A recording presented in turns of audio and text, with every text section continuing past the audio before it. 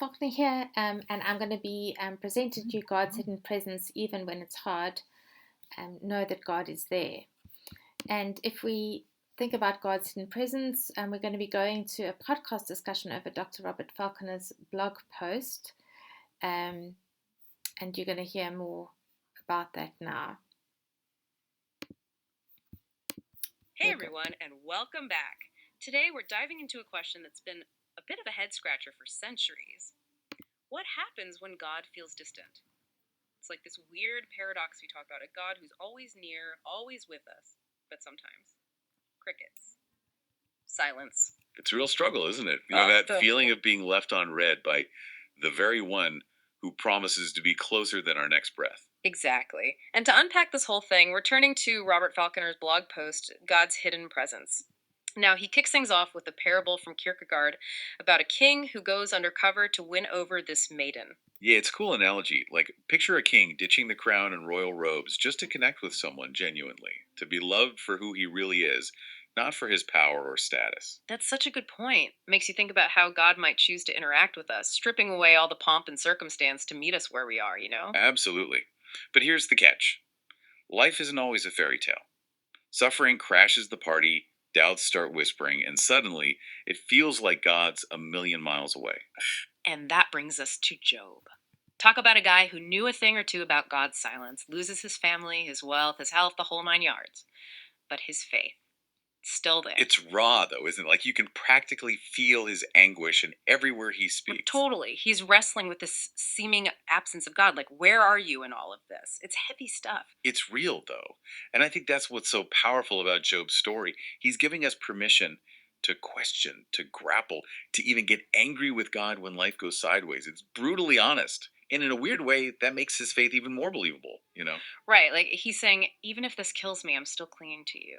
But there's still this underlying fear, right? This terror of a God whose power is so vast, so beyond our understanding. Have you ever felt that? Like a mix of longing and being totally freaked out when you think about God, especially when life's a dumpster fire. Oh, absolutely. And Falconer reminds us that those feelings are totally normal. In fact, we see this echoed in Psalm 22, where King David, a man described as after God's own heart, cries out, my God, why have you forsaken me?" And get this, that same phrase that David cries out in Hebrew, Jesus echoes it on the cross in Aramaic. It's like this raw, desperate plea for connection that transcends language and time. Right. It's a total gut punch. And it forces us to ask, why would both David and Jesus, figures so deeply connected to God, experience this intense feeling of abandonment?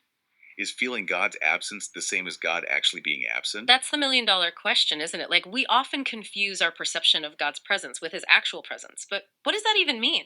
How can a God who claims to be everywhere, closer than our own breath, also feel so incredibly distant at times? That's the puzzle, isn't it? It's something theologians have been wrestling with for ages, and there's no easy answer. But maybe, just maybe, by digging into the why behind God's hiddenness, we can start to make sense of those times when faith feels more like walking a tightrope over a hurricane than, strolling through a field of daisies. And maybe, just maybe, those are the moments when our faith is really put to the test, not in the absence of doubt, but in that courageous choice to hold on, even when our grip feels shaky and our vision's blurred. Exactly. It's about wrestling with those tough emotions without letting them define us or derail our faith completely. And I think as we dig deeper into Falconer's insights, we'll find there's this unexpected freedom in acknowledging the tension between our very human experiences and the divine mysteries that shape our lives. Okay, so we've talked about the raw emotion of Job's experience, that echoing cry from David in Psalm 22, and how those same feelings are mirrored in Jesus' words on the cross. But before we get into the why, let's look at the how this hiddenness of God is often depicted. And for that, we're heading to the powerful imagery that David uses in Psalm 22. So, Psalm 22, lots of intense imagery, right? Yeah. David doesn't hold back. He's like, I'm a worm, not a man. Then you've got these roaring lions, and he's just melting away in despair. It's heavy stuff. Wow. Yeah, and it's not just poetic license. Yeah. It really gets to the heart of feeling totally alone, exposed, vulnerable, like completely stripped bare. No kidding. And it's interesting that you mentioned the lions because it made me think of that passage in First Peter where it describes Satan as a roaring lion, like prowling around looking for someone to devour. Oh, yeah, chapter 5, verse 8. That's the one. It's almost like the enemies that David's describing, both literally and figuratively, could point to this deeper spiritual battle that's raging in the silence. Absolutely. It adds a whole other layer to feeling alone, right? Suddenly, it's not just about feeling isolated, it's about feeling hunted, stalked by something sinister that thrives in the shadows of our doubt. Okay, now we're getting to the good stuff. So, how do we tell the difference? How do we know if God's silence is like a test of faith, refining us, or if it's this more sinister force messing with our minds? Well, that's a question we could spend a whole other deep dive unpacking. But before we go there, I think it's important to remember that Falconer isn't just leaving us with these ancient texts and philosophical debates.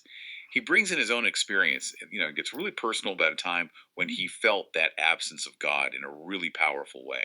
Yeah, he talks about seeing his unborn child on an ultrasound, right? Yes. And he and his wife had had two miscarriages before this, so they're overjoyed, like over the moon, excited. And then, bam, the doctor tells them there's no heartbeat. Just like that, their world is shattered. Man, talk about a gut punch. It's no wonder he felt abandoned. Exactly. And, what's really powerful is that he doesn't try to sugarcoat it.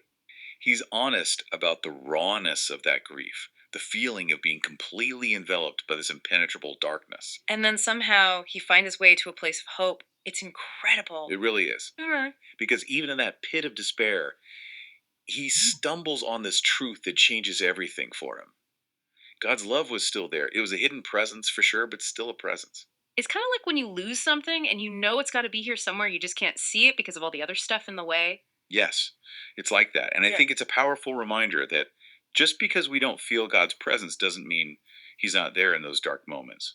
But then there's that whole thing in Hebrews, right? That invitation to approach God's throne of grace with confidence, even when we're drowning in doubt. Mhm. So, which is it? How do we reconcile those two things, feeling totally alone and knowing that God's with us?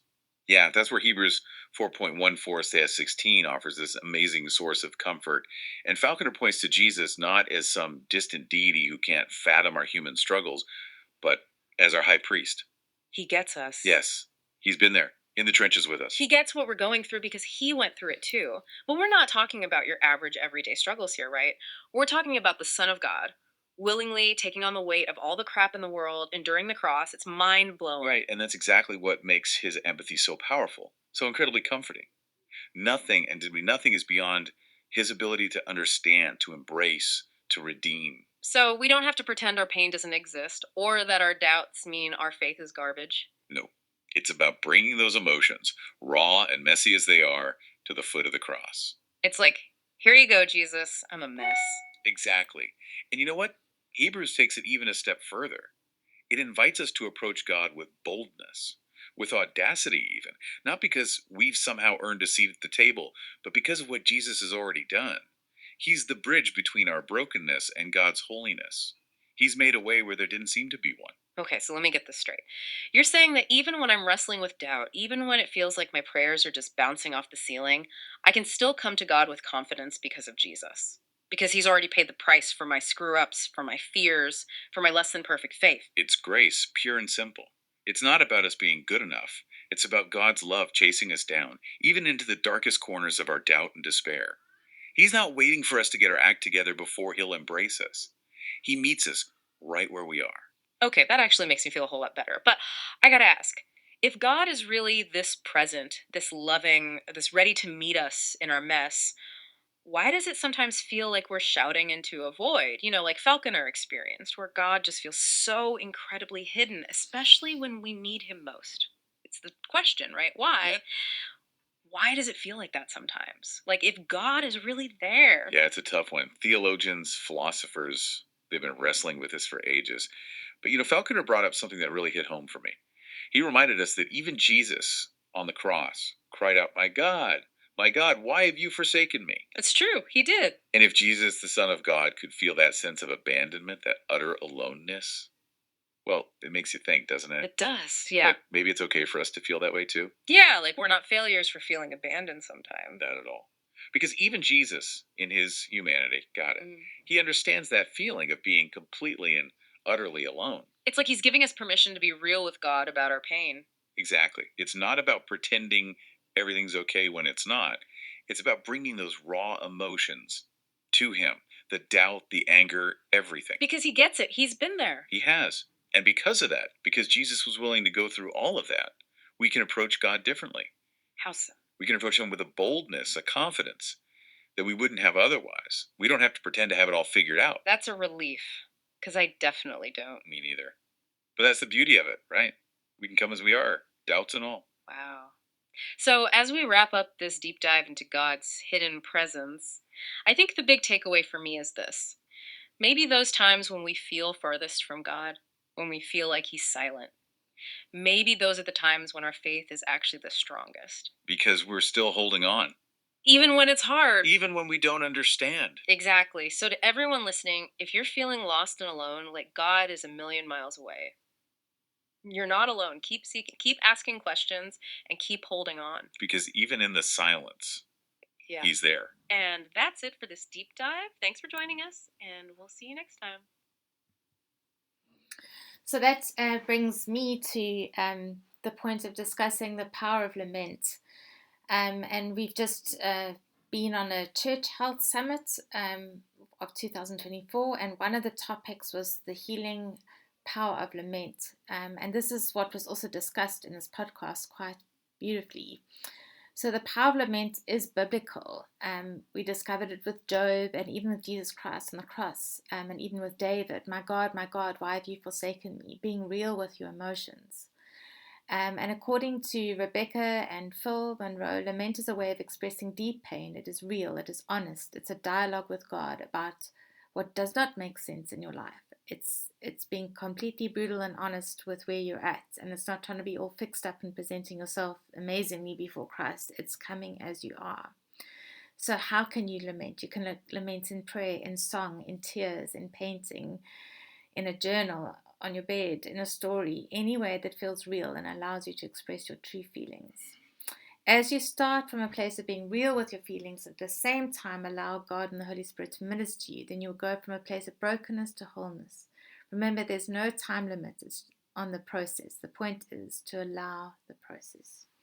So I hope this has touched your heart in some way, and just to know these are the sources that I used, and you can go and read Dr. Robert Falconer's blog post, God's Hidden Presence, if you like to read it yourself, and also to hear more about trauma healing, the healing power of lament from this YouTube link from Rebecca Tuguma.